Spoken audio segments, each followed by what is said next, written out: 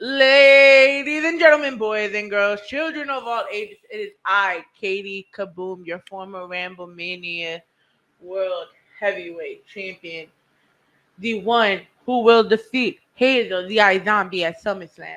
And I am here joined today by. You're gonna lose, No, I'm not. but you're joined by the Muffinman. What's up, everybody? Still And gonna lose though. we have a special guest. Come here, boy.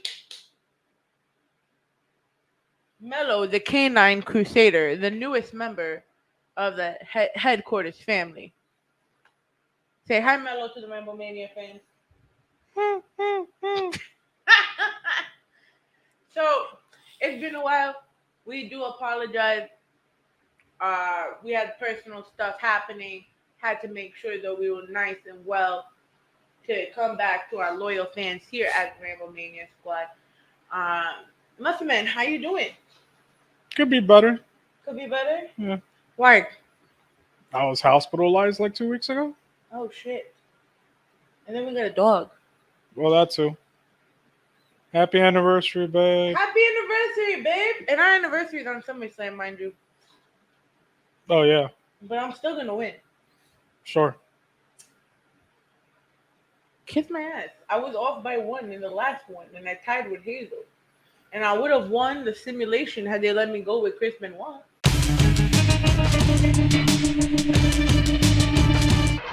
You would have had a two-time Ramblemania heavyweight champion. I'd rather the dog. Weekday vibes. How are you feeling in this week of wrestling?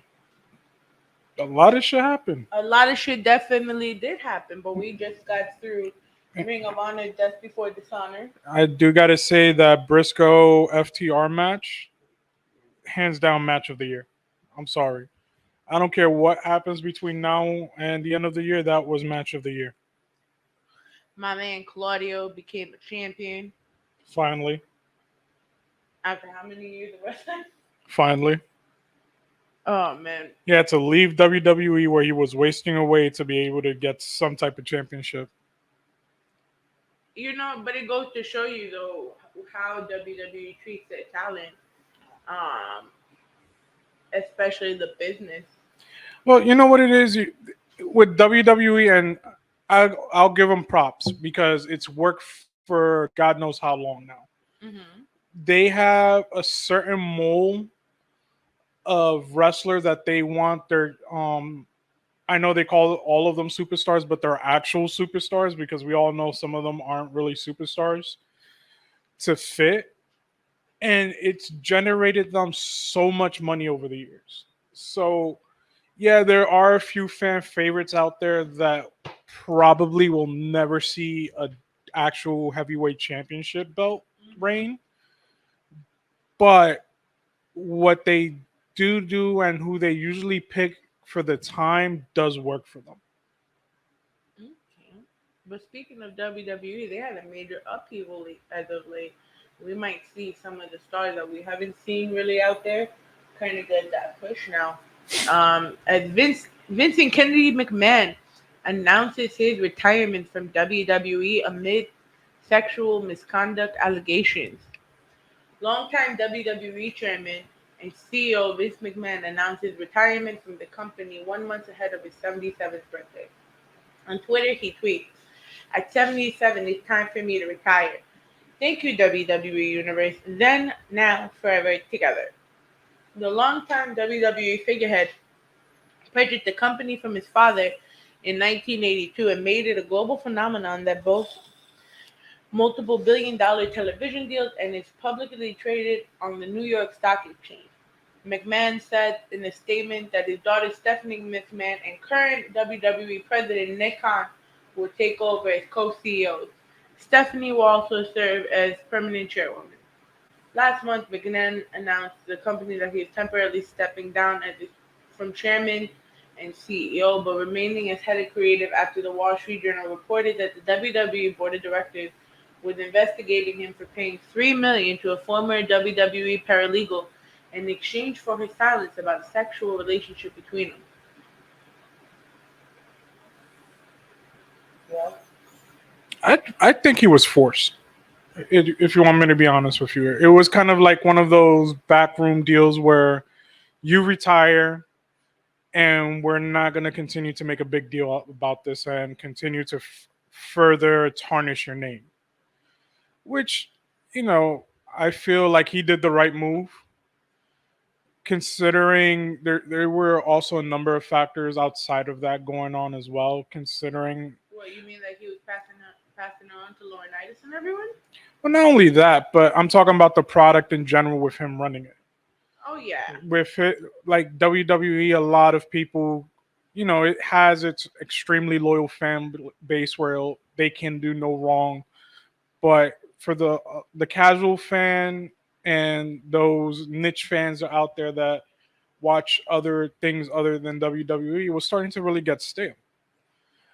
But I just feel like he was forced out.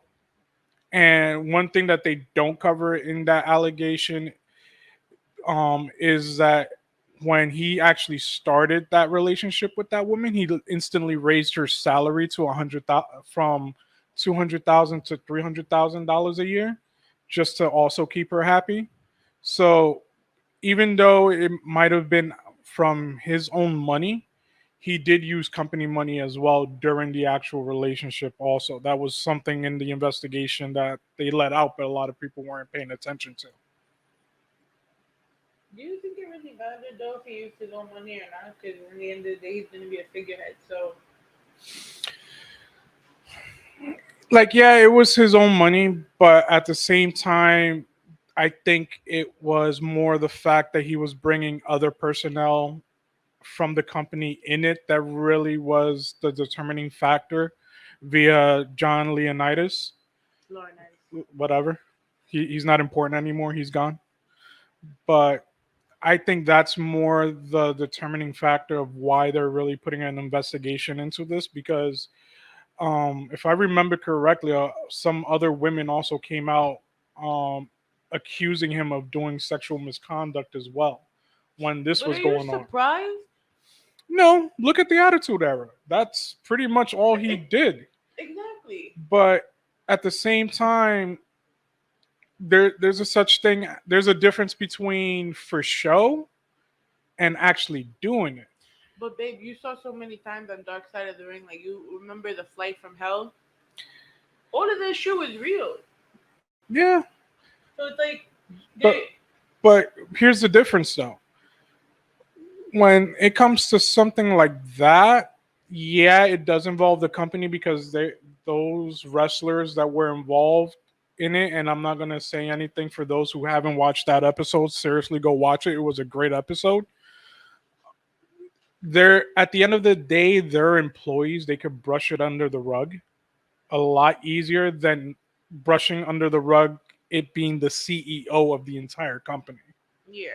So that's the bigger factor in it all because how long did it take for that to actually come out? It came out in a documentary years after it actually happened. Like, yeah, there were some news stories here and there, but at the end of the day, it got brushed under the rug.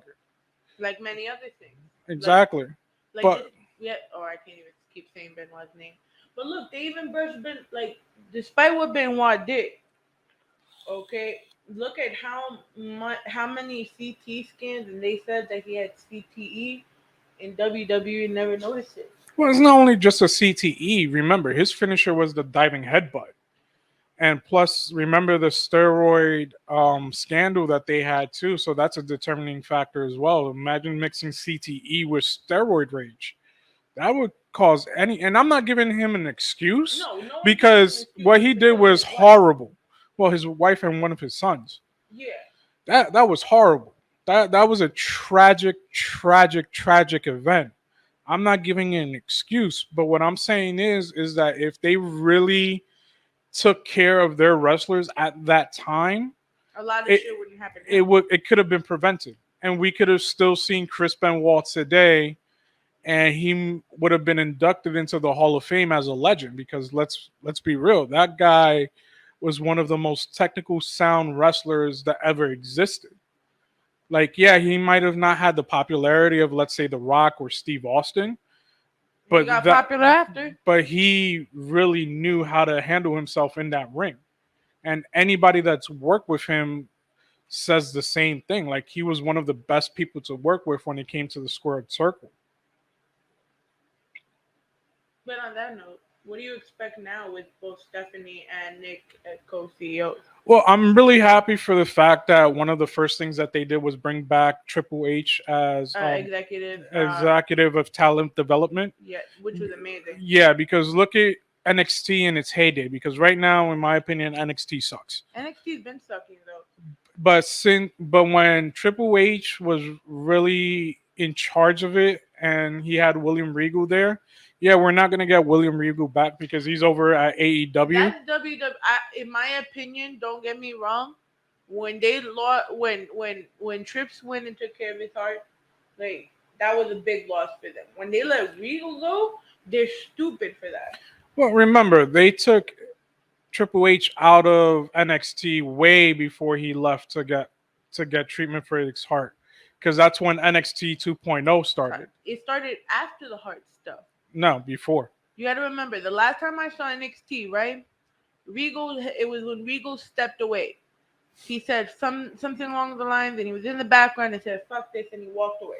Yeah, that was right before NXT 2.0 started up. That NXT 2.0 was when But Triple. Trips got sick around that time. I think it was a little bit before. I may be wrong. I may be wrong, but either way, one regardless of the fact whether it was during or before, once he stepped away, NXT really started going downhill. So either way, like he proved that he can handle a promotion with how he had NXT, especially when a lot of the bigger names were still there, like Adam Cole. You had Adam Cole, baby. Keith Lee, Keith Lee, Samoa Joe, Samoa Joe. Finn Balor. All right, you can name them all. I'm just gonna shut up now. Okay. Or you want me to keep naming them? Yeah, Finn Balor, Gargano. Gargano. Pete Dunne was there before they made him Butch. Yeah, that was horrible. Mia Yim was in an NXT, right? Mia Young. Mia Yim. Yeah. Oh, Mia Yim, but then she went up when she was with Retribution. Mm-hmm. Fuck. It was a lot. It was a lot, but that was a good era of NXT. Yeah, well, look at how it was good enough that during one of the remember that Survivor Series where it was instead of Raw versus SmackDown, it was Raw versus SmackDown versus NXT. And you had that NXT takeover. That was freaking amazing. They need to bring that back. They really do. They really do. Like that was the golden era of NXT as it stands right now. Like that was the attitude era of NXT for the time being. Because right now it sucks. Don't get me wrong. There are some highlights from NXT right now, but not compared to what it was before. Brock Lesnar gives WWE SummerSlam a much-needed sizzle, but his future is cloudy. As per Bleacher Report, Brock Lesnar stepped through the curtain in the closing minutes of Friday's WWE SmackDown like a conquering hero to save the day, not just from the arrogant, conceited Siri and his beatdown of Madcap Moss, but also from the uncertainty that surrounded his status for the company's biggest premium live event of the year, SummerSlam. Earlier in the day, F4WOnline.com, Brian Alvarez reported that upon the news of Vince McMahon's retirement for WWE, an angry Lesnar departed the arena in Boston. Furthermore, the WWE and Universal Champion said something in the tune of, "If he's gone, I'm gone," before leaving, forcing rewrites of the entire SmackDown broadcast. His return at the end of the show is a great sign for July 30th SummerSlam, but the circumstances surrounding his Friday create serious questions about his future with the company and what that means for a company that relies heavily on his box office appeal. Babe, what you think? That one, that's a curiosity for me. Like I know him and Vince McMahon have had a tremendous relationship over the years, even though they had a few speed bumps here and there. I Because mean, yeah. remember the episode that they had when he got pissed off about one of his belt matches, and he threw the belt at Vince McMahon as he went through the curtains. Like, Yeah. but I just think that with Vince McMahon gone, there's a possibility that the part timer position Is that not going to be a part time anymore. exactly. So I think that's kind of what is fueling him wanting to leave, because he wanted to always have that position where he can come and go as he please and get paid for it. And I just think that that's not going to be something that's going to happen from here on forward. Like, But yeah, they may keep it around here and there, but it's going to get slowly phased out. And I think he just sees the writing on the wall when it comes to that. but then let me ask you a question. Wouldn't that be the same for Roman as well? Because he has an identical uh, or somewhat identical contract. Well, it wasn't that he had an identical contract. Because when was it that he resigned? Was it this year? Yeah, like he started getting the part time schedule this year after Mania. But I think that was because he wanted to get into like some Acting. acting, which I guess is fine, because at the end of the day, remember, WWE does have its own movie studio as well, so he could compromise where he can go do his big budget movies and still do some WWE movies as well, to kind of offset them getting pissed off at him for going part time. But at the same time, like, you might see Roman Reigns back in action full time if that becomes the case. Like, I'm just speculating that that may be the reason why it's happening. Hmm. Like, I didn't hear anything. I'm not saying it's fact. I'm not saying that's the road that they're going to go down. But at the same time, the writing is kind of on the walls, because look at how he's reacting. Like, what other reason would he have to react that way if it wasn't because of that? Okay. Um, Jonathan Gresham lost his Ring of Honor World Title to AEW's Claudio Castagnoli in the 2022 Ring of Honor Just Before Dishonor pay-per-view. Post this, Gresham ended up deleting his Twitter account after the pay-per-view, and earlier Sunday morning, Sean Ross Sapp of Fightful.com reported the following via Twitter. Jonathan Gresham asked for his Ring of Honor / AEW release. There were the conversations that were said to have involved Gresham cursing out Tony Khan. There seems to be a lot of lack of communication between talent relations that we've heard from. We've heard stories of Gresham, Marco, Cage, Janela, and others not being able to get answers or responses.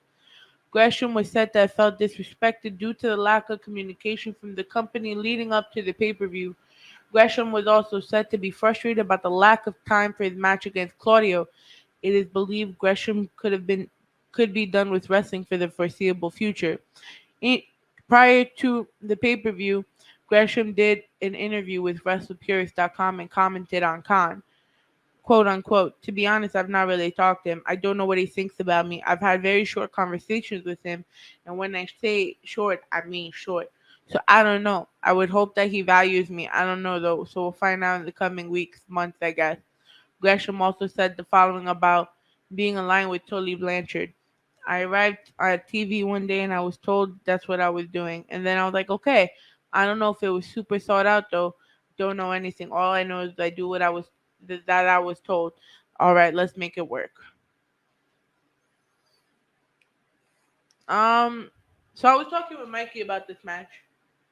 I was going back and forth while I was cooking. Um, does Claudio deserve a championship? Yes.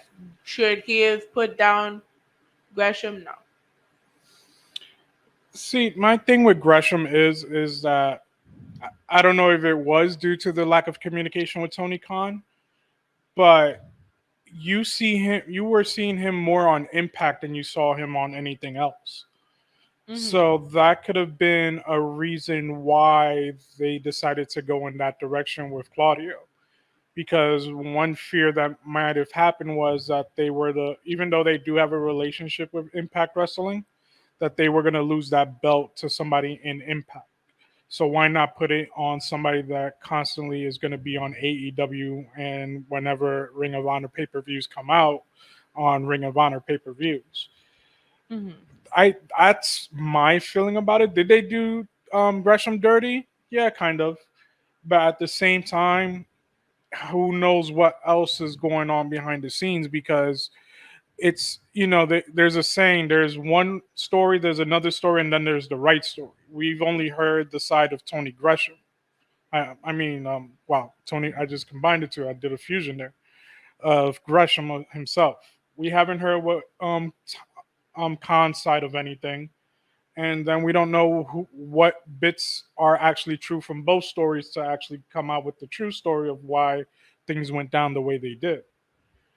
So I don't know. I have my reservations about it. Claudio, even though he did drop the title, Claudio did deserve it. It's been a long time coming. He's worked his butt off in WWE to just get pushed into the background, and for him to finally get his just desserts was refreshing to see. But like you said, I do think they did do Gresham a bit dirty the way everything went Yeah, down. they did him wrong. And if that's the case, right? Why have all this talent if you're not gonna even speak to them about how they're gonna end up? Well, like I said, who's to say that's really the truth? Again, this is Gresham's side of the story. We don't know if Tony Khan actually reached out to him and he's just been ignoring the phone calls.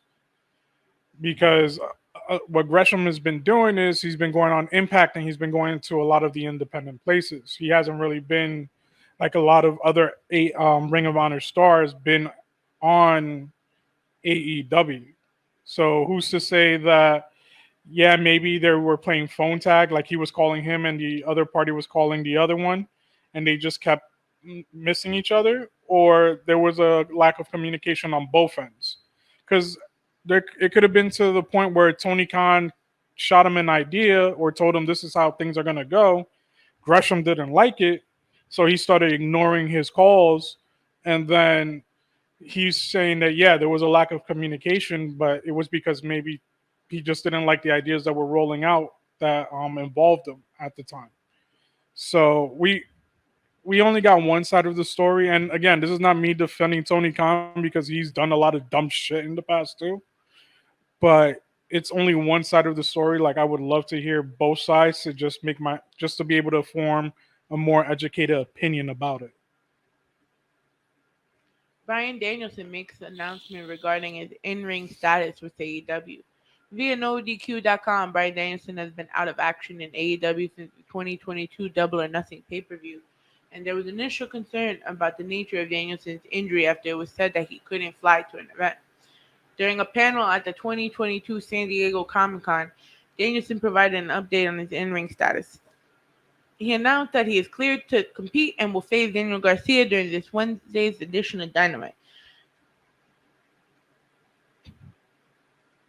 This past week, prior to Dynamite, Danielson teased that he would be coming for both Eddie Kingston and Chris Jericho when he returns to action.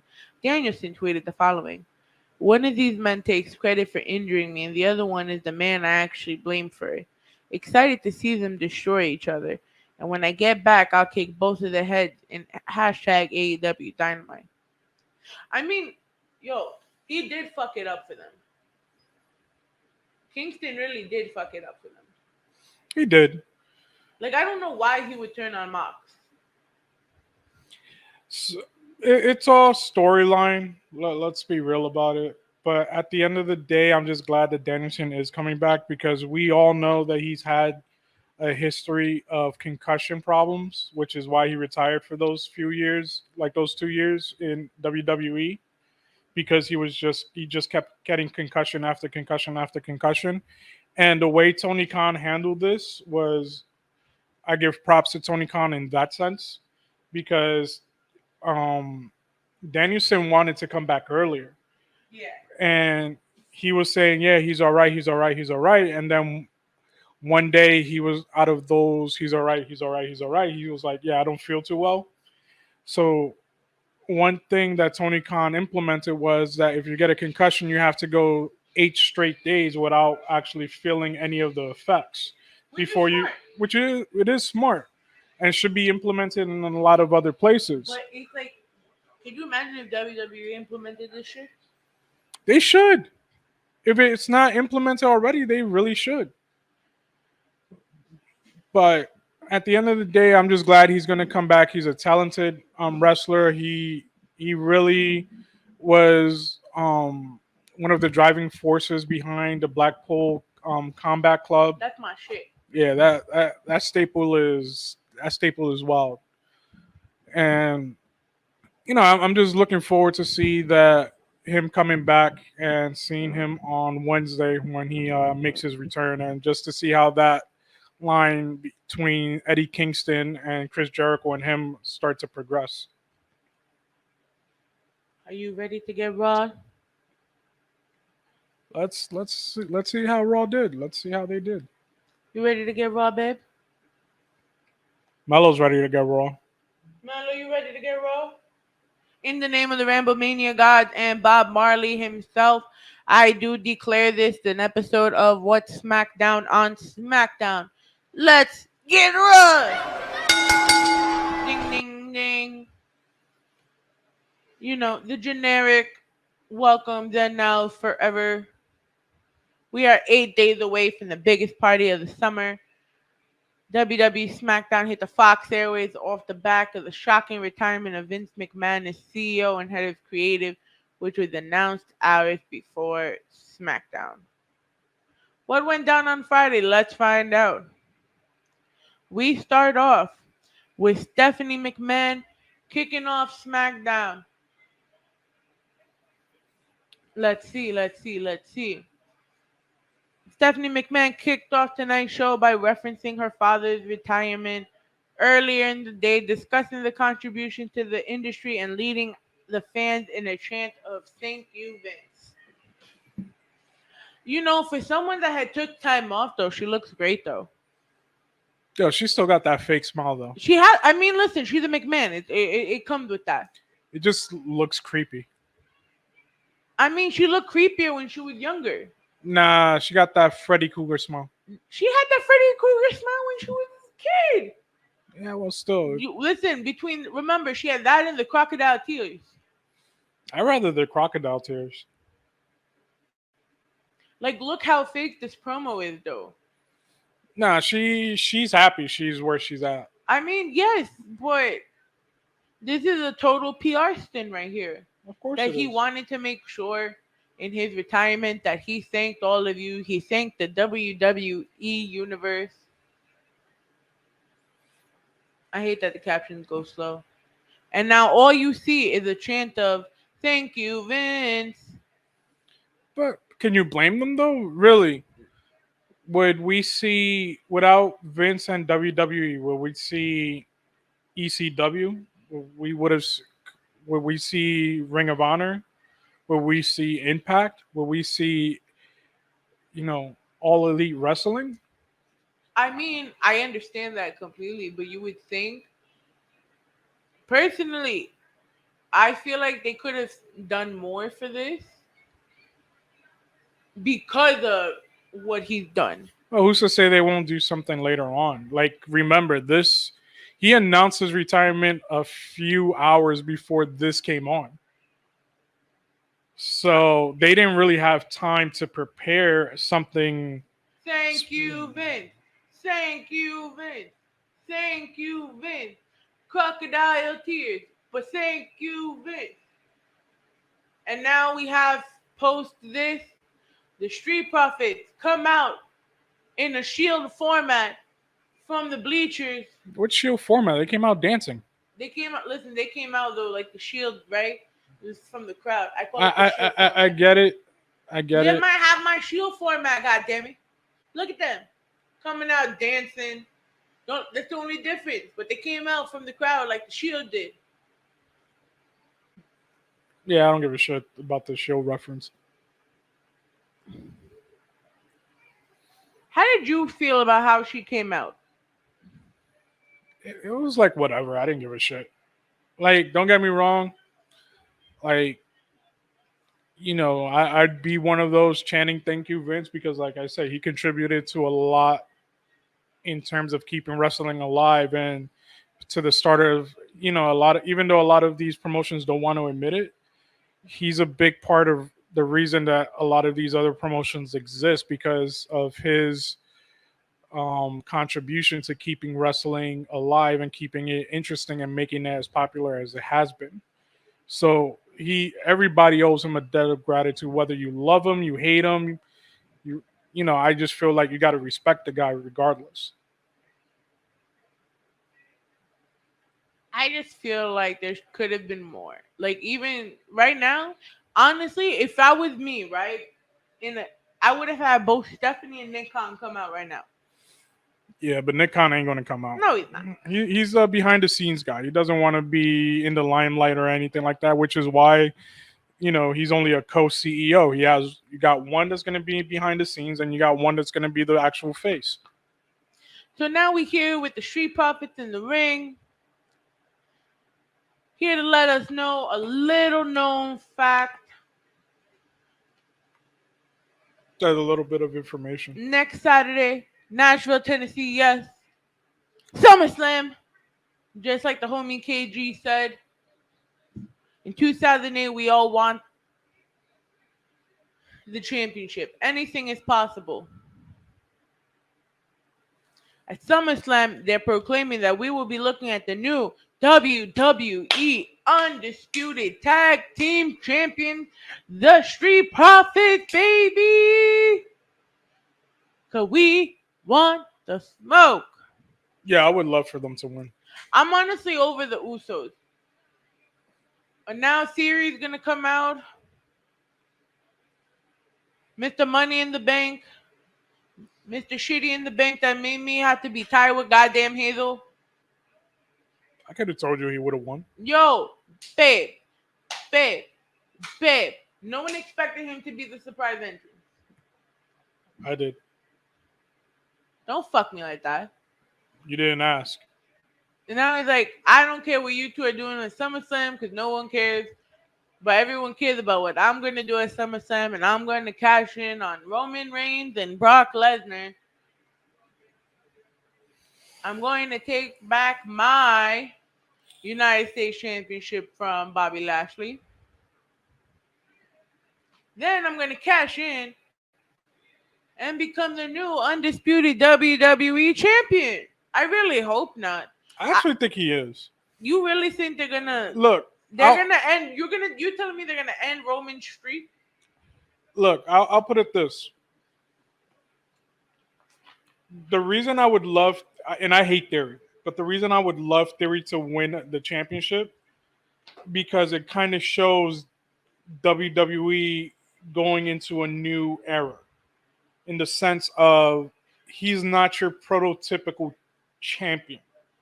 Most of the time, like with the exception here and there, like Seth Rollins and whatnot, you don't see the small, scrawny compared to the other guy actually win anything. So if he wins, that gives me hope for the future of maybe we'll see Ricochet win because Ricochet's still in WWE.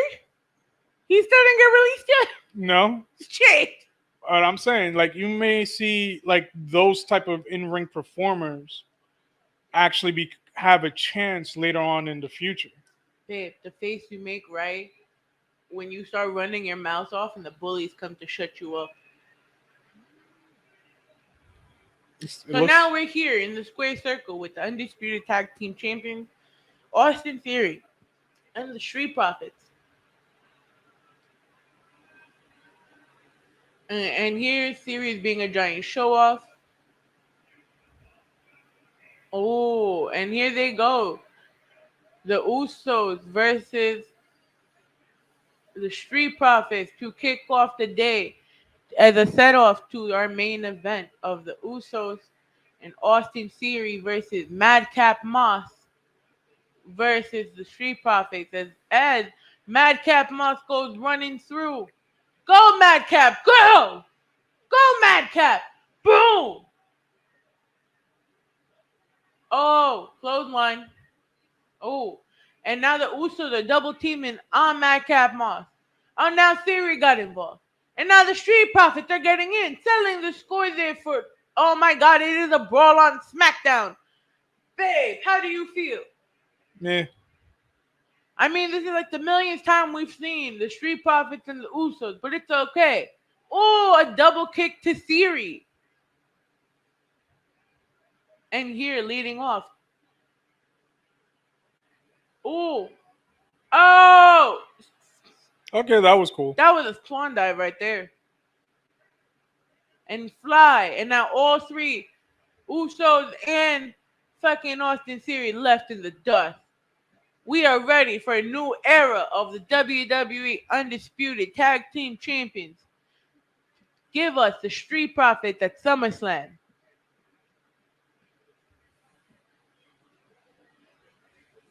We then have commentary from Michael Cole and Pat McAfee talking about how the Street Profits and Madcap are flying high and talking about the momentum that Shinsuke Nakamura has toward the Intercontinental Championship. A couple of weeks ago, he challenged Gunther and he had to beat Ludwig to get through it. Like So, I like what Gunther has been once he came up. Like I thought it was going to be a complete shit show, but I actually like the way they've been handling him. I mean, they're building him up to be a powerhouse. Look at those shots to Ludwig.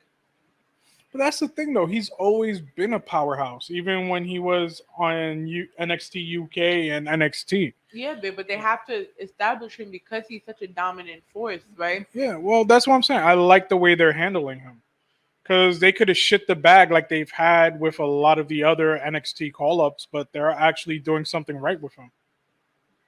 And now we got Shinsuke walking out 2 weeks after a defeat that earned him a punishing barrage of chops from Intercontinental Champion Gunther. Ludwig Kaiser starts to avoid that same treatment as he goes against the man himself, Shinsuke Nakamura. And of course, you have Pat McAfee on top of the commentator's desk, feeling the power of the Shinsuke.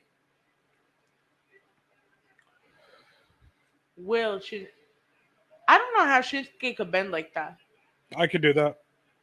Let's not show that on camera right now. Um, but I could do that.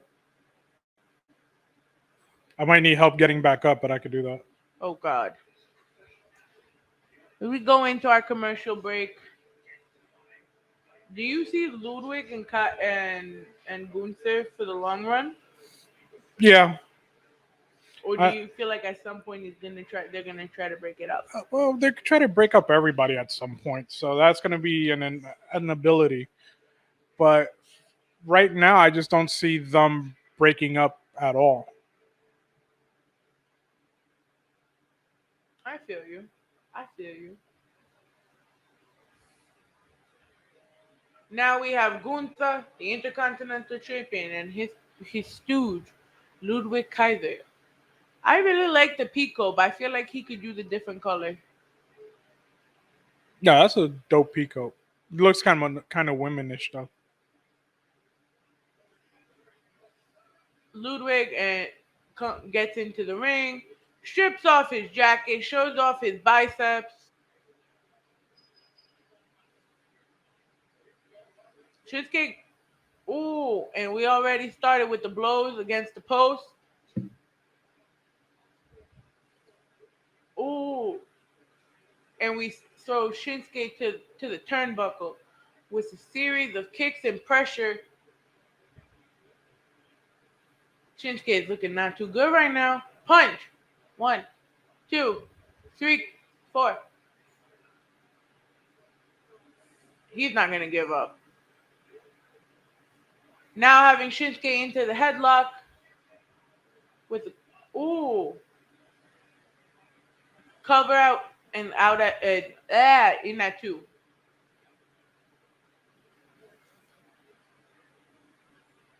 Ooh, ooh. Babe, what do they call that? A punch to the head. I mean, other than that, A punch to the head.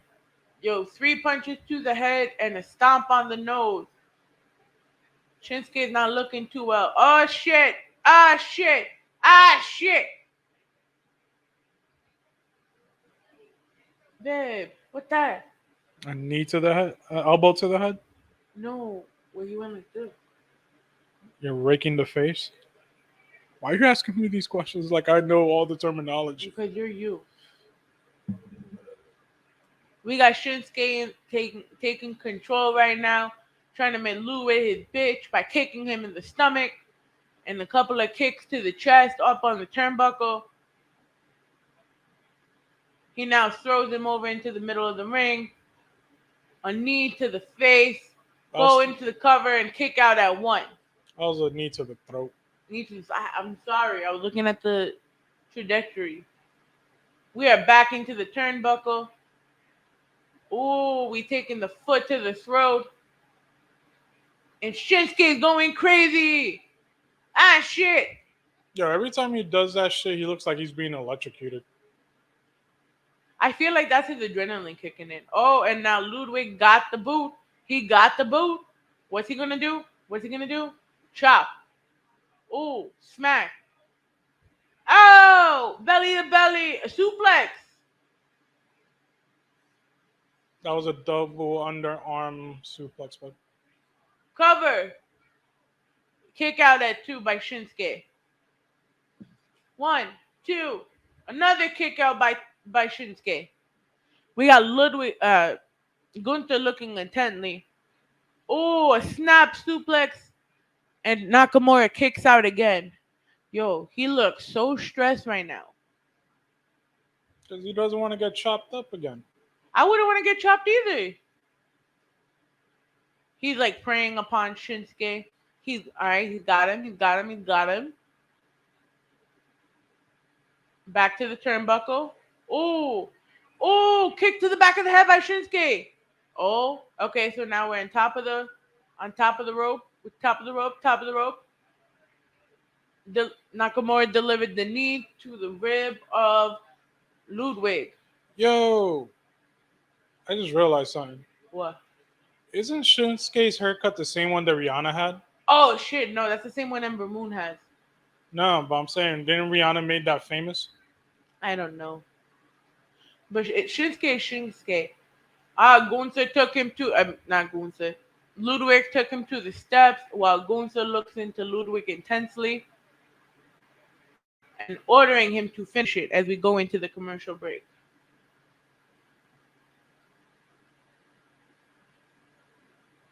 So how are you feeling about the match so far? There's a lot of intensity in it. The fuck is this commercial? I don't know, but it won't let me skip it. I really like it because it was quicker. It's not going as quick as the first match was. And that they're giving Ludwig more momentum. And they're like enhancing his character to bring like a storyline. Waterloo. Huh? That was a commercial, Waterloo. We are back from the commercial break, and now, oh man, they turned. Whoa, what was that? That was a backwards somersault into a power bomb through the ropes. And we got a kick out from Ludwig at one. All right, so Shinsuke's trying to pick him up. Ooh, elbow to the face. Ooh, Ludwig tried to run to him, got kicked in the face, and Shinsuke dropped off the top rope and kicked him out of the ring. And you have Gunther being like, "Come on, let's go. You want to get chopped again?" Oh, now from Nakamura comes and throws him over, sends him back into the ring. Now he goes head to head with Gunther, going face to face, speaking in the two languages, and he tells him to suck it. No, you don't. With goddamn Pat McAfee smiling in the background. Ooh, and a rollout by Ludwig. Kick to the face by Nakamura.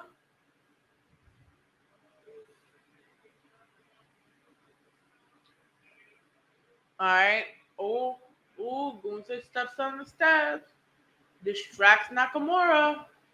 Ludwig takes advantage of the distract. Nope. He rolls out. He rolls Ludwig in. Oh, kick out and a clothesline from fucking Gunther.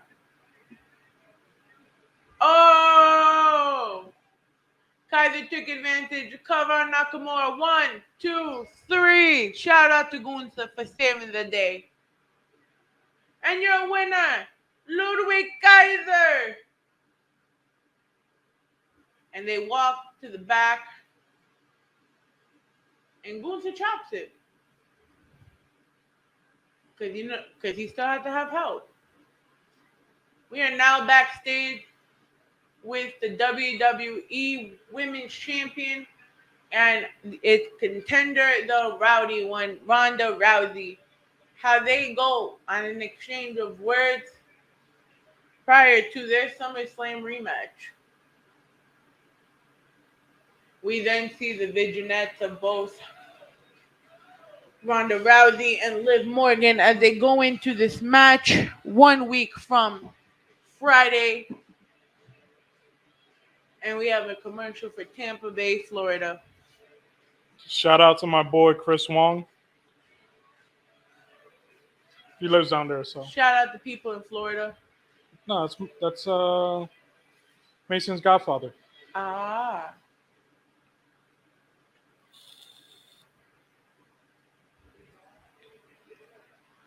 So we see the cash in that Liv made. You know, this is the first time I've seen a women's match that they actually have good sportsmanship. Oh, they're both baby faces. It's so weird, the battle of the baby face. If I'm going to be completely honest with you. Isn't you a baby face, Mellow? Sorry. Our dog is a baby face or a heel? He's a baby face. So Liv Morgan's going into Vegas with the dream of ending being a champ. So now we're backstage with Kayla Braxton, Ronda Rousey, and Liv Morgan. And Liv Morgan talks about being the underdog.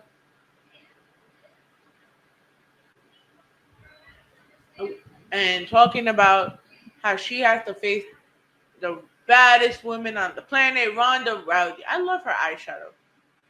So now, Ronda, we all saw what happened at Money in the Bank. So how will your rematch against Liv be different? Ronda responds, Kayla, thank you for being... But I have to talk to her. Liv, I respect you. I like you, and I don't blame you. You seized the moment. Became champion. A great champion. Breath of fresh air. But I'm going to beat you at SummerSlam because let's be honest. You are Liv Morgan, and I'm Ronda Rousey. What does that mean? I made my name, and when I beat you at SummerSlam, I expect you to shake my hand the same way I shook yours. She appreciates her candor. She really, really does. But I can't stand here and look your eyes and tell you that I'm going to beat you at SummerSlam because I'm better than you. I can stand here and look dead in the eye into your soul and say I'm going to beat you because I love this more than you. Because I want this more than you. Because I need this more than you. So when I beat you at SummerSlam again, I promise I'll shake your fucking hand. Why does she look like she constipated? Ooh, Ronda or her? Liv. She doesn't look constipated. I think she looks nervous. No, she looked constipated. She had like that I'm pushing but I can't get it out type face. I hate you. She was like, ooh, ooh. I hate you. Ooh. We are currently back in commentary and talking about how it was an honor to interview the champion, but they cannot wait for SummerSlam. And bum-ass Corbin comes to commentary and tries to beat the dog shit out of Pat McAfee. So I'm guessing he's not Happy Corbin anymore? According to McAfee, it's bum-ass Corbin. I don't know why he's wearing them shorts, though. I think that's a romper. That's a romp. That's a male romper? Yeah, Oh my god. it looks like it. Holy shit. So now he walks away as he talks shit, and you think he's gonna take it? You think Pat McAfee gonna take that shit? Oh hell nah. Nah, Pat McAfee is the truth. I won't front. I really like Pat McAfee and his ability. Like It just shows bro, the respect that he has for the business. First of all, babe, look how he's like running for his prey. Get him! Get him, McAfee, get him. Let's go, let's go, let's go, let's go, let's go. And he's chasing them backstage. He's doing it with the gold chain too, because you can't forget the gold chain. And he's beating him up backstage. Fuck him up, man. Fuck him up. And now J&J security trying to get involved. Oh look, it's Adam Pearce. Corbin in the romper. How you fight someone in a romper and take him seriously though? I don't know. As we go into the commercial break.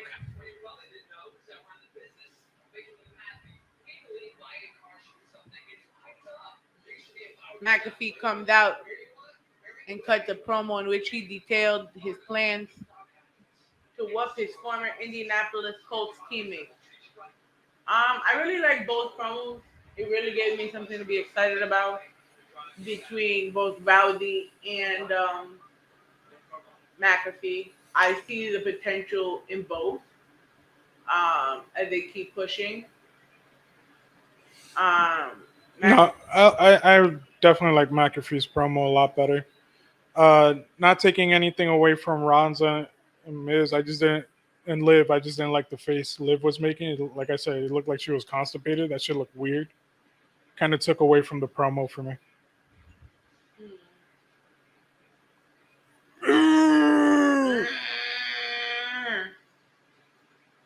You know, and then McAfee ending his promo with the word bitch might seem cheap, for instance, but it added emphasis, popping the crowd, and let the world know that the fun-loving color commentator was over Corbin's nonsense. Joking about WWE's reliance to show edge from time to time, but the hands of the talented talker saved its purpose here. I think it's dope, honestly. I want to see more McAfee, to tell you the truth. No, it just less as a commentator and more as a wrestler. More the wrestler, in all honesty. Like I feel like he really showed his ass off. For me, right? No, he has a lot of respect for the business, and it shows through the hard work and his in-ring work that he's been doing. Even in commentary, he just shows all the respect that he has. Like he's not one of those, oh, I'm a superstar outside the ring, movie star, blah blah blah, whatever. Like the biggest props I give in terms of like superstars that have ever come from outside and performed in ring are Pat McAfee. Of course, I'm going to say Bad Bunny. Listen, Benito did the bunny fly, and then I was hooked. The what? The bunny fly. The fuck is that? You remember during the Rumble? No, not even during the Rumble when he first debuted, right? You mean the Canadian Destroyer? You call it the Canadian Destroyer. I call it the bunny fly. The name is the Canadian Destroyer. Don't take away from it. You're going to confuse people. I always call it the bunny fly because Benito patented it. No, he didn't. Benito patented it. No, he didn't. Shout out to Bad Bunny for also reaching such a milestone. It is the top most streamed project on Spotify. Yeah, there's a good reason for it too. That shit is fire. Te vamos después de la playa.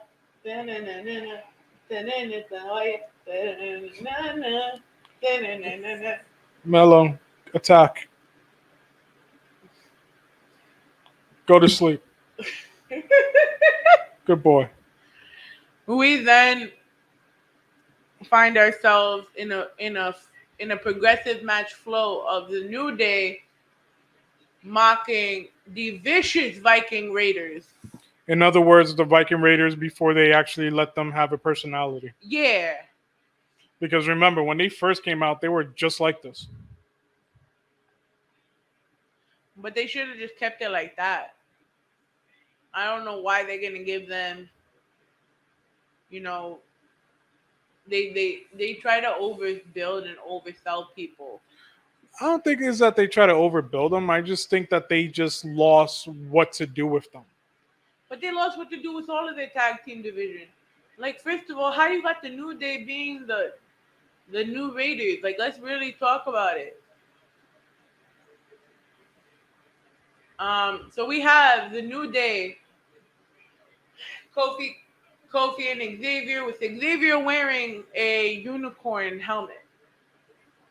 I wonder how he's breathing in there from Nevada, but The nostrils are open, but uh, as they sit on commentary for Jinder Mahal and Shanky versus the new ambitious Viking Raiders. The match really never got started as Eric and Ivar dominated, tossing Mahal into Kingston and Woods and ringside and winning via countout.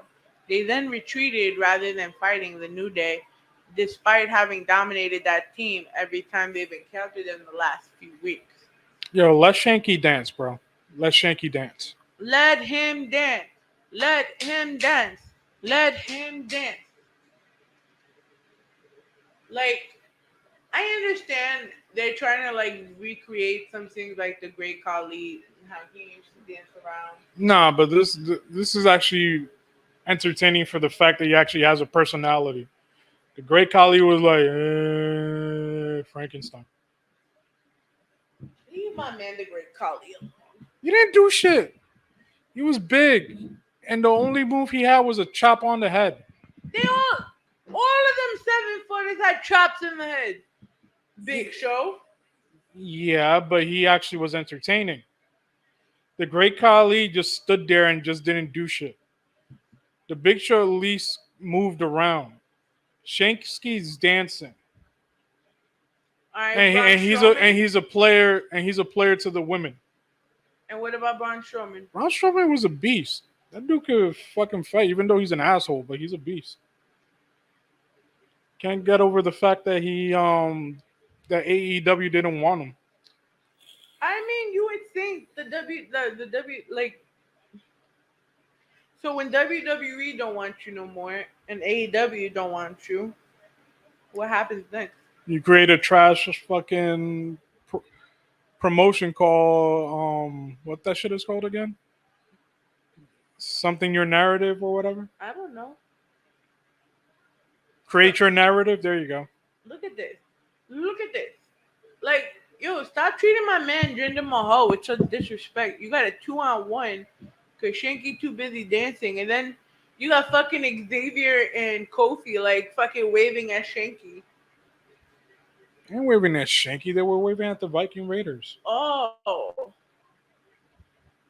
But like, I feel like there's so much disrespect on Jinder's name right now. Like, they keep putting him in jobber matches. Well, nobody likes him. I mean, but you would think he could make a good heel though. Nobody likes him though. So release him then. Give him a home that he could actually do something and get a championship. When's the last time he had a championship? When he faced Randy Orton?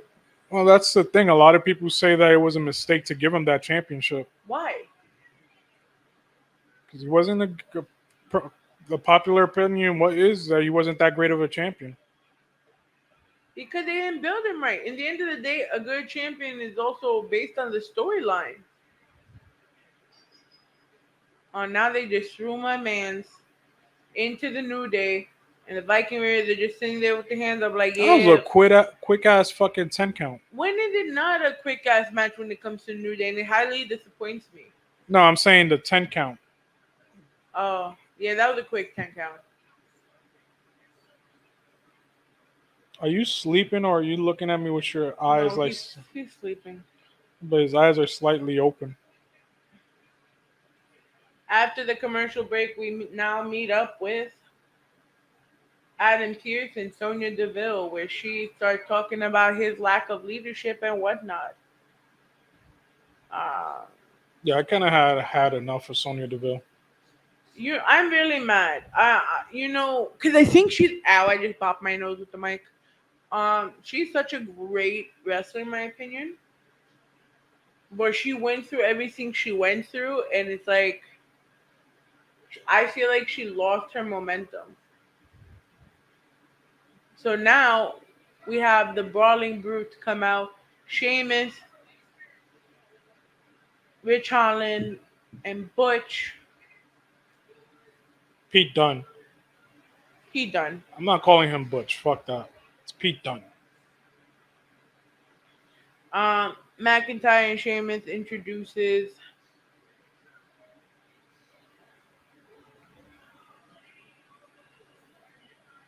They met for a segment in which the Scottish Warrior denounced the undisputed Universal Champion WWE before adding the other option isn't much better. They had a verbal back and forth and gave away to the announcement of a good old fashioned Donnybrook between the two of them on next week's show. Babe, what's a Donnybrook? Mm-hmm. I'm not Irish. But within this match, I've never seen a Donnybrook. I think they even announced it. This is the first ever. yeah, they're gonna go clash for the top prize in the sport at Clash at the Castle in Wales on September 2nd. According to the WWE Twitter, it is official next week.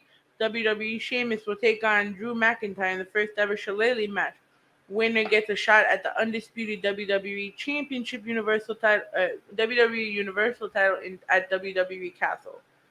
McIntyre and Sheamus are going to have a hell of a match, but it cannot come soon enough.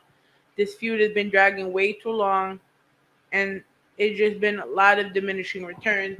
The introduction of Shillelagh is unlikely to make things any better, but it let them beat the hell out of each other. As a result, will be a superb match that we have long anticipated between them. Yeah, I'm tired of it. I'm tired of it too. I think they just need new opponents at this point. Yeah. So we now go back to our match after Sonya decided to talk her shit. There was another backstage.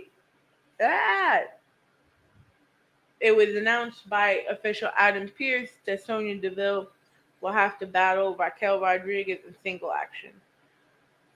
Rodriguez walks into the ring, fends off a game that Deville had put it down with the count for her newly renamed Tejada Bomb.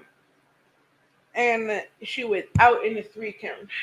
Um, I think they should really push a little more Raquel Rodriguez. Like, I think she has the build and she has the skill to really make a name for herself from what I've seen. Like, I just think that they need to push her a bit more. I feel like Rodriguez, Deville. I don't know where they're going with this Lacey Evans shit. In all honesty, Because they don't know what to do with her. well, babe, I'm not even gonna lie. I feel like that whole promo she did about where she came from and all of this. I feel like it's just boring. I feel like a lot of WWE wrestlers, female wrestlers, put that in their memoirs. Not about the army stuff, but the sexual rape and all of this. And it's like seeing it like doesn't it seems cheap the way that they have it set up. I don't know. Like I just feel like they don't know what to do with her, so they're just doing this shit right now. And then they have her against Aaliyah, which I thought she got demoted because of her in-ring skill. Uh, Well, can I ask you a question right now? On SmackDown, how many women are there? Not many. There's not many even in the. There's not enough in the company to even do a full Royal Rumble with current women's Yo, she wrestlers. slapped her in the face. Sonya slapped her in the face. She's like, bitch, you ain't gonna get me now. Look at this. She's not even moving. Yo, she's taunting her. Yo, she a big girl. I feel like she's gonna be what Mercedes Martinez could have been. I don't doubt it. in WWE.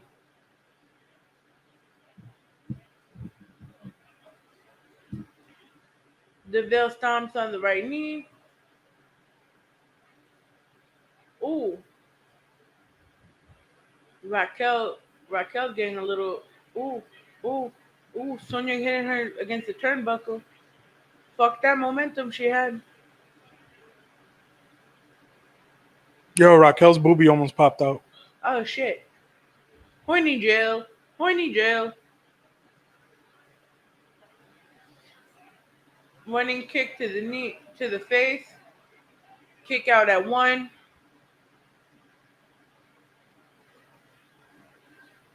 He tried. She's trying to choke hold her.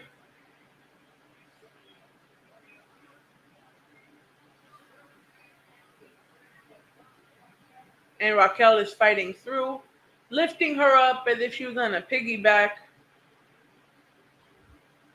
Oh, she caught her. Block. Headbutt. Ooh, a blow to the face. Throwing her up against the turnbuckle. And here we go. Tejada bomb. That wasn't it. That wasn't it? No. I'm sorry. That's One, two. Oh, she touched the rope. And now she brings Sonya to the middle of the ring. And Sonya's kicking her in the face.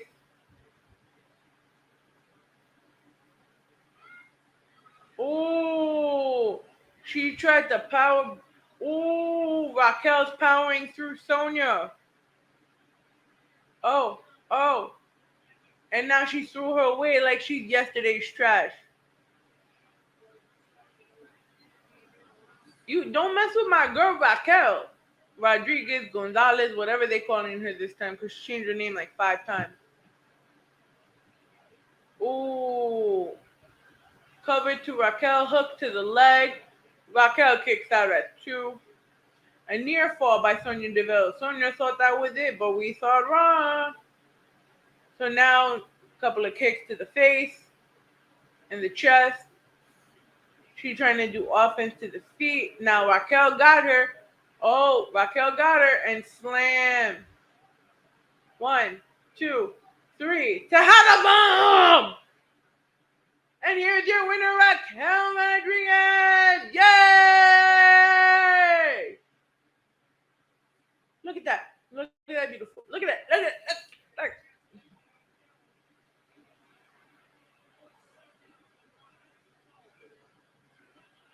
All right, as we go into our main event, how are we feeling right now? spin blah. Though they should call the Tejada bomb the grabber by the pussy bomb. I'm done with you. You gotta go to horny jail. But she did. Horny jail. But Horny jail. hello, she did though. She went like this right there. She planted her hand right there, picks her up, and then slams her. That's the grabber by the pussy bomb. So that's a Donald Trump bomb? No, that's that guy from the fucking meme of the news of grab him by the pussy. I'm done with you. So we go back. We bring our attention back to Lacey Evans and Aaliyah, right before our main event match. Lacey, once again showing off her patriotic colors and her big ass titties. And her humpback. Let's see. Will we have a match today? Doubt it.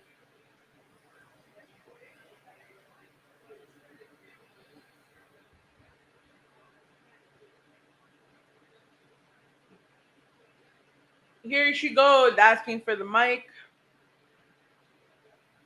I've never seen a vet get so many "you suck, Lacey." And here we go with the distaste for all the booze.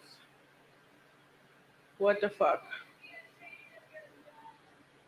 I don't expect you idiots to know this, but the city of Boston was founded by American heroes. By the way, that was Lacey Evans talking.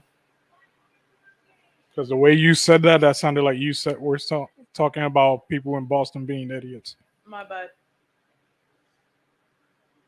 We do not condone what Lacey Evans is saying. Nah, Boston is chill. I've been to Boston. It's That's actually a pretty cool city. she had this. No wonder why Tom Brady left this waste of a city. Yeah, fuck Tom Brady. I'm sorry, I'm a Fuck Jets Tom fan. Brady. I've accomplished more just today, like from the time I wake up to me being here right now, than all of you have in an entire year. God damn. No, the boo-hoos, the boo-hoos. That's a hard pill to swallow, isn't it? According to Lacey Evans. I'm looking at all these little kids looking up at your mamas. What did you accomplish, mom? And here you got the I don't give a fuck face from Aaliyah. You know why I'm so accomplished? Because I wake up, I work, and I win, says Evans, waiting for the applause of. And she goes, in fact, y'all should get out a pen and paper and take notes because less than a single person in this entire building could walk a mile in my shoes. Yeah, she ain't wrong. Being in the military is hard. So, Because I am better than every single one of you. yo, shout out and props to our military folks. Yo, Just shout out. want just I want to think say she thank you. slap her, Leah.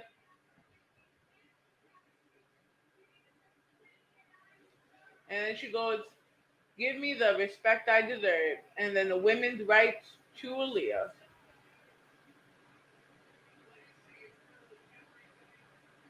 I kind of like Heel Lacey though, but I don't know what the fuck to say about her. They don't know what to do with her. But she's just walking out of the ring like nothing happened. Ah.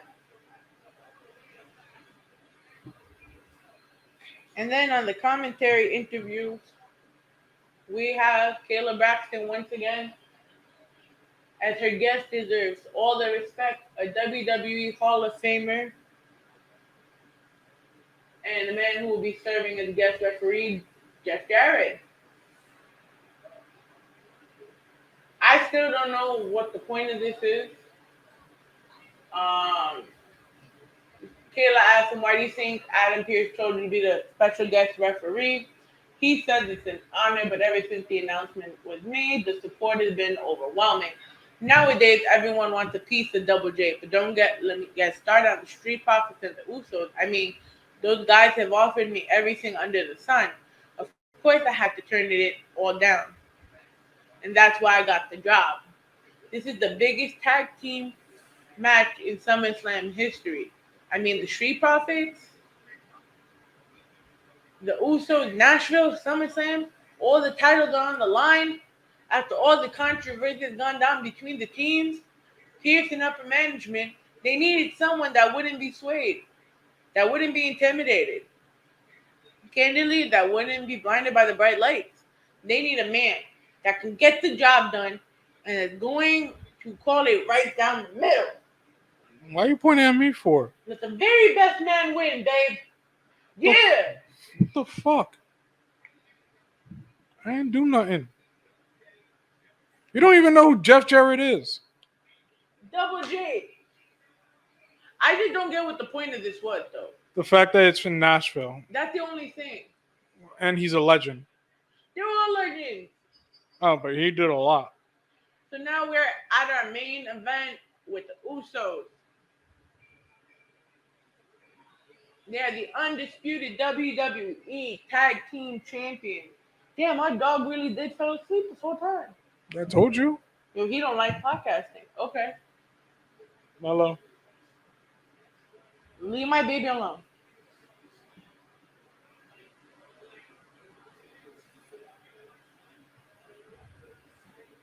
The Street Profits and Madcap Moss were on a defensive midway through the Friday show, where they're forced to overcome a focused attack by the Bloodline Tag Team Champion and Mr. Money in the Bank. The match. Oh, now. Let's get through this. Shout out to WWE for its reaching over 70 billion. 70 billion views, which is probably a lie because we've seen this number a lot. Everything. WWE surpassed 70 billion, 77,280. All of this. I feel like if they're going to make a new number, they're the seventh channel to ever reach a milestone more than the... And all the sports channels. Too many to name, but all the sports channels. And then before the event starts, we have another vignette with Maxime Dupree talking about the next step of the Maxcaster agency, whatever this is called, because no one really cares about this. Yeah, I really don't give a fuck. I don't know what the point of it is. And they also announced that next week, for a final time, there will be a match between Aaliyah and Lacey Evans. And Lacey cannot walk away. Maybe. We also get another match between the New Day versus the new and vicious Viking Raiders. We are currently back in the ring. But apparently they won't let me have this commercial break. No, it's important to talk about HIV, bro. I mean, it is. But while we're recording this, I kind of wish Hulu didn't have so many commercials. Forget the Prime version. I don't got... Do I let you make that money yet? I got the Prime version. I got two. I got mommy on this account. I can't cancel it. I'm just saying, I got the Prime version. Yeah, don't you feel fancy? I do feel fancy because I also bundled it with Disney Plus and I know, ESPN and Plus. I have you Disney Plus. And I also got HBO Max. Oh, you fancy? You think you're fancy now, right? No, I'm just bored. Give me my Crunchyroll. What Crunchyroll? Funimation. I don't have Funimation. Whatever you have that does anime. I gave you the Crunchyroll. It's on the app. Oh yeah, my bad. So we're just waiting through this commercial. I downloaded the app and signed in for you, remember? My bad. Babe, that's what I was watching when I fell asleep last night. Oh shit. I was watching Food Wars. You watching Food Wars without me? Yeah, you take too long. You still haven't even finished fucking Air Gear. Listen, I got further in Food Wars than I did in Air Gear. Air Gear is one season. And now we back from commercial break. And the Street Profits come out with Madcap Moss. Madcap looked hella confused for a second when they were doing the dance. It's one season. Fuck you. Look at them come out. Like, why is Madcap look so confused trying to come out with them?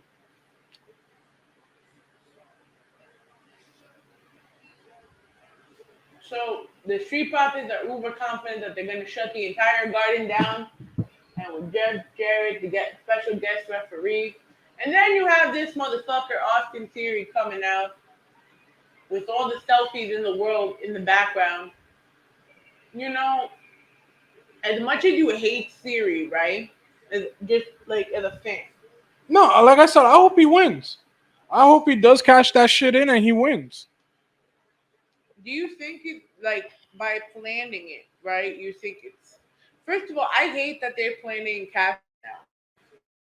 Yeah, that kind of took away from the nostalgia of it. It was like, remember with Big E when they planned his cash in too? Mm-hmm. But like I said, I hope he wins it. I actually do hope he wins. There are going to be people mad at me for saying it, but I hope he wins. I'd rather Bobby Lashley stays the United States champion and he loses and then he wins the undisputed championship now. That's what it's called. I get confused. But is Roman still carrying the two titles? Oh, damn! We already started with the rollout from No, that's Angelo Dawkins. So now you have Jay and Angelo. Is that Jimmy or Jay? That's Jimmy. So you have Jimmy and Angelo Dawkins in the middle of the ring. Ooh, look at that acrobatics! And a kick to the face, a high kick to the face by Dawkins. And now you got Dawkins still in the middle with working on the arm of Jimmy. He's gonna wear that arm out. Like that's gonna be. Hey yo. Whoa. Whoa. And you talk about me being in the horny jail. Hey yo. Yo. That's what you said. Hey yo. Hey yo. So, but we are back in this match. Oh, and now Montez got the tag and a high kick to the face again. And the Street Profits kick Jay out. I like the Street Profits in the team. I hate that they're trying to make it seem like they're gonna break up. And then you have Madcap wanting him out of the. Oh shit! Montez is laying down with the Money in the Bank and banging on it.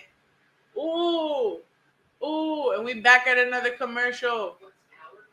Can we talk about this whole wearing the arm out comment that you Why made? are you such a perv?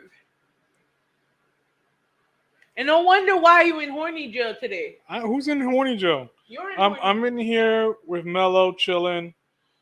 He's sleeping on my leg. When is Melo not sleeping on somebody's leg?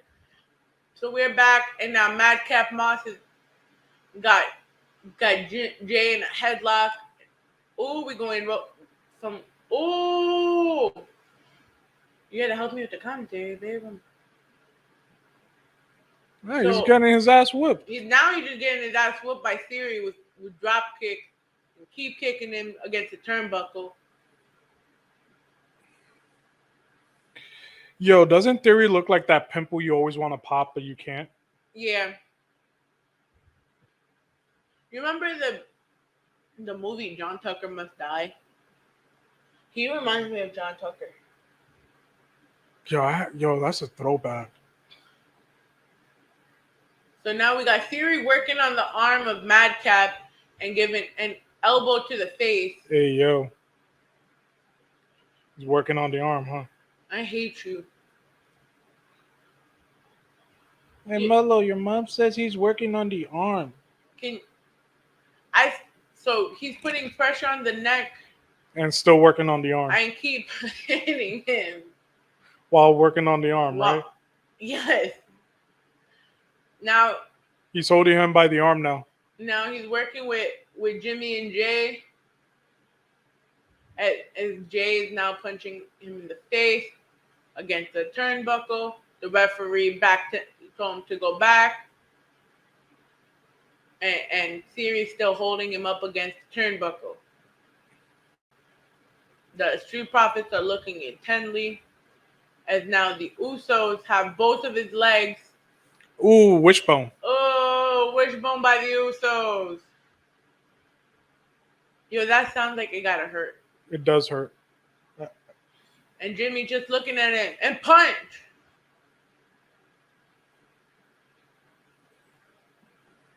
Yo, look at that. Oh, and he tried to launch himself at Madcap but got hit by the turnbuckle. And Montez Ford. Not Montez Ford. Angelo Dawkins got the tag and the clothesline punch. Back elbow. Crushing elbow. Another one. Into the corner. And a kick. And Seguri. Now Dawkins and Jey Uso with a kick to the midsection. Smack to the mouth. And now, he made the tag to Montez Ford. It was found legal. Oh! I like Crossbody lateral press by Ford and a kick out by Jay. I like that salute he did before doing it. Right? Oh. Yo, what I like about Montez is like the fact that he could always land on his feet. Yo, you know who that reminds? Montez with the step up to Jay. Sends Jay into the corner. Out to the apron goes Ford. Caught Jay again and a punch to Jimmy. And now a kick to the chest of Theory. Oh, and got hit in the face by Jimmy. Ow, that looked like it gotta hurt. Yeah. Montez was really kicking ass. And now Montez was thrown over over the timekeeper. Yeah, how area. does he still get airtime like that, even when he gets thrown over stuff? I don't know. Commercial, look. Commercial. Hey, look. That's my college. I know. No, the meme with Leonardo DiCaprio. Hey, look. Shit's up to 90 credits. I don't know. What do I look like? Our dog that you're telling me, look over here, girl. Look over here, girl. I couldn't whistle at the time. Don't make fun of me. Dog? The Look. fuck I look like to you? You ever seen the Leonardo DiCaprio meme? No. He goes, look. Look.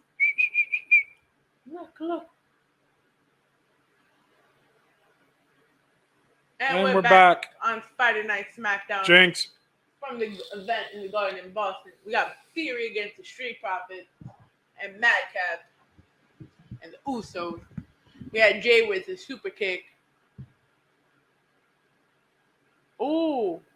That was a botched DDT.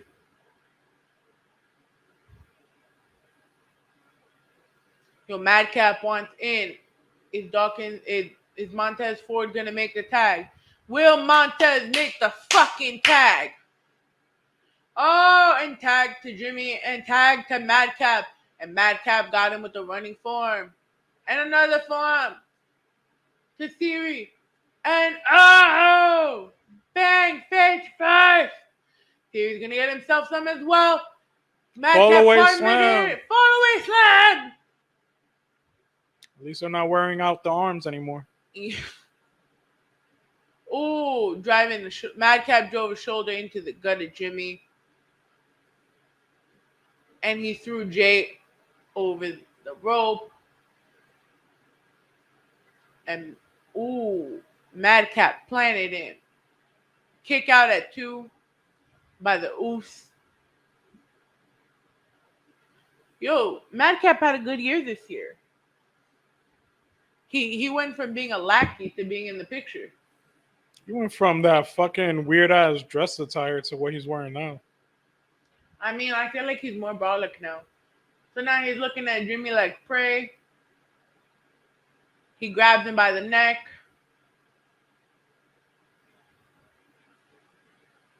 Oh, and he got kicked in the face by Jimmy. And kick out at 2 by Moss.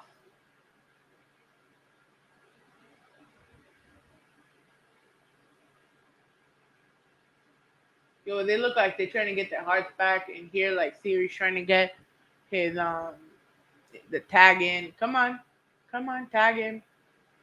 Oh, why would... And then Theory was like, psych? He said, fuck your couch.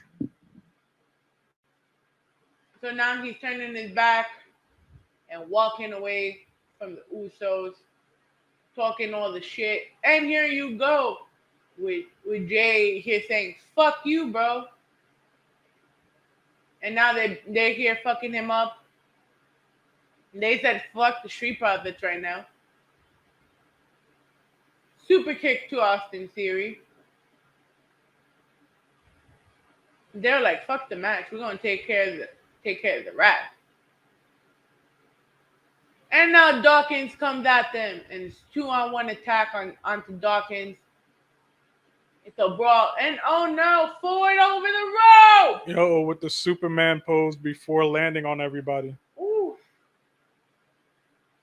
Oh, they're all wiped on the floor. And Theory trying to crawl out like the bug he is. Look at that fly. Superman pose. Look at the height. Look at the damage. And then you have both Madcap and Theory on the sides. So let's see.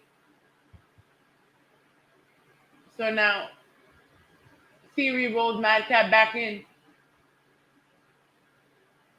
A blow to the face. Another blow to Theory's face. Pause. Yeah. Another one. And another one. Come on, Madcap. Fight back.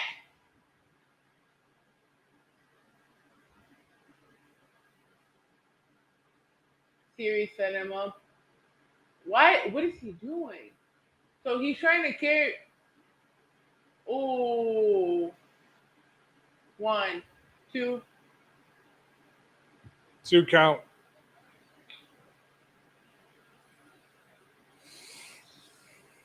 Austin Theory tries to get into a figure four suplex. Doesn't work. That kind of looked a little bit like the one winged angel from Kenny Omega. I feel like he was trying it, but I feel like because Well, Madcap is he bigger set than it him, up. He set it up the wrong way. Anyway. yeah, it looked like a botch. So now we're back. We're trying to get, but he's wiggling. Madcap got his momentum. Oh, and tackle driving Theory to the mat. He got that fire in his eyes. He's just rushing him into the turnbuckle. Madcap's berailing him, hitting Oh, him in the head with the own suitcase. disqualification. And now he keeps hitting Madcap with the briefcase. Boo. Boo!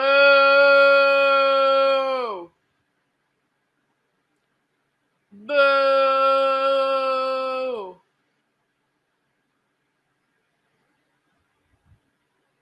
Why you gotta keep hitting him with the briefcase? That's wild. I hate when they do that to the Money in the Bank. Like, what the Money in the Bank do to you? Why you gotta use it to hit people in the head? It's a weapon. And oh no, oh no, oh no. It's Cowboy Brock! Brocky, Brocky, Brocky, Brocky, Brocky. You're scaring Mello. I'm sorry, baby. Come to mommy.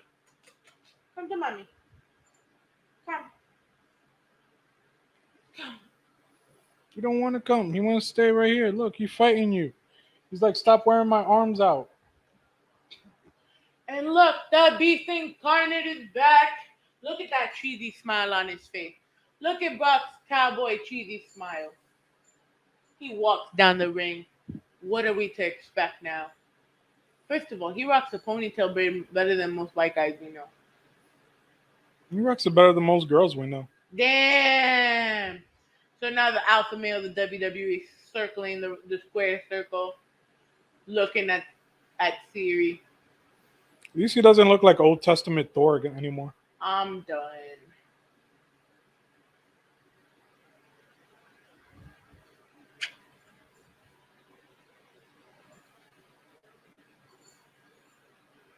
I just need some type of suplex right now. Yo, he looks so frustrated right now. Why? Because he's a tomato. What? He's a tomato. Look how red he is. He's a tomato. He's just like, no, stop calling my son over to you. Come, baby. But he's here with a smile on his face, and he goes after Theory. Yeah, beat the shit out of him. F5! There you go. There's your suplex. Suplex City, baby! And he's beating the shit out of him with, yeah, you don't like how that feels, don't you? Take that, bitch. Take your Money in the Bank and shove it up your ass. Because next Saturday, Brock Lesnar will be the last man standing. And he will beat Roman Reigns for the championship. Possibly. F5 onto the briefcase. Oh, that had to hurt. Brock Lesnar's making a statement that he is here to stay. You could indeed be looking at the next undisputed WWE Universal Champion. And that was what's SmackDown on SmackDown. How do we feel about today? Good? Bad? It was okay. We had to... Like, it wouldn't be the first thing I watch. Like, if I had to rewatch it, let's put it like that. I mean... There was a lot of wearing out the arms, though. You are not going to get over this, are you? How petty are you? Right, you should know this already. Oh, Jesus Christ. I liked it. I feel like a lot of it was repetitive. Yeah. I do really, like I told you before, I do like how they have, hi, baby. E.T. phone home. What are you doing to my dog? Um, I love how they have Ronda and Liv interacting with each other, leading to the match instead of it being like a petty contention. You know, No, that I'll give them credit for. They're actually doing a nice lead up into that match. Like you said, it's not okay. The match is happening, nothing's happening, and then boom, here is the match. It's an actual lead up to the match, which and being that one that Liv is the first time champion, uh, the fact that she has, in the end of the day, whether she's fighting, Ronda as her opponent, she still has the stamp from Ronda that Ronda would go and fight her. You know, uh, uh, Doggy. Melo trying to get in the shot. I liked, like I said, I didn't like how Stephanie came out because personally, I felt like it was all crocodile affection. I feel like it was standard PR. Well, wasn't there a rumor that she and Triple H has been trying to take over the WWE for a while now? Anyway, They've been saying that since like they got married. well, now it finally happened. Um, I would give this SmackDown a good. I'm really over honestly the Street Profits versus the Usos, so I can't wait for the match at SummerSlam. But here's the thing, though. Who else is there? No one, but the point is though, are we gonna with these new changes? Are we gonna get more tag teams? Only time will tell. Are we gonna have a better women's division? Only time will tell. Like we're all talking about how we give credit to Vince for everything he's done, but what are we gonna do right now after his departure? What are you gonna do as CEOs to make that difference for the WWE? Well, like I said, only time will tell. It just happened, so we don't know what they have planned. We don't know what's gonna happen. We don't know who they're gonna bring in. We don't know who they're gonna take out. So we'll only be able to see as everything unfolds. But for now, my love, where can they find you? You can find me at Muffinman Pictures on Instagram and also on TikTok. Ladies and gentlemen, boys and girls, you can find us on Instagram at Ramblemania Show. Find us on Twitter at Ramblemania. Facebook.com/Ramblemania Show, as well as our group Ramblemania Show's Banter Club, where we and the wrestlers and podcasters that we associate with post all our goings on. For audio, we are everywhere audio is found. Apple Podcast, Google Podcast, Spotify, Stitcher, TuneIn, Anchor. Everywhere audio is found, search Ramblemania or Banter Club. For video, we are on Spotify Video and Twitch TV/Ramblemania Show. And search Ramblemania Show on YouTube. And once you're here, click like the videos, click subscribe, and click the bell so you know that the content goes directly to you. And for Rawrrzone, you can follow us everywhere for content and more. www.rawrzonenyc.com. Follow us on Twitter, Instagram, and TikTok at RawrzoneNYC and Facebook.com/RawrzoneNYC. We are still gearing up for our 5th annual Give Back for Sean. Please click the link in our bio on Instagram and make your donations or purchase a ticket to our concert event in which we will have Miss Aya Koma, Akil Ali, Elijah Rosario from North Carolina, Jay Goss, the Titan of Rap, aka S Rock, aka also our partners for the Give Back. We have SP the artist. We have so many dope things happening. We're sponsored by QSJ Radio, Elgin Sound Radio, Soundbite Management, The Cure Hip Hop Magazine, and so much more. If you want to get involved, you can follow me and, and DM me directly at IamIvy.xo_, as well as on Facebook and Twitter. And for now, may you have a too sweet, a good fight, And no worrying out the arms. and a good night. Fuck you. Bye, world. Blah, blah, blah, blah, blah, blah, blah. I don't know if I'm doing this right, but blah, blah, blah. Hey.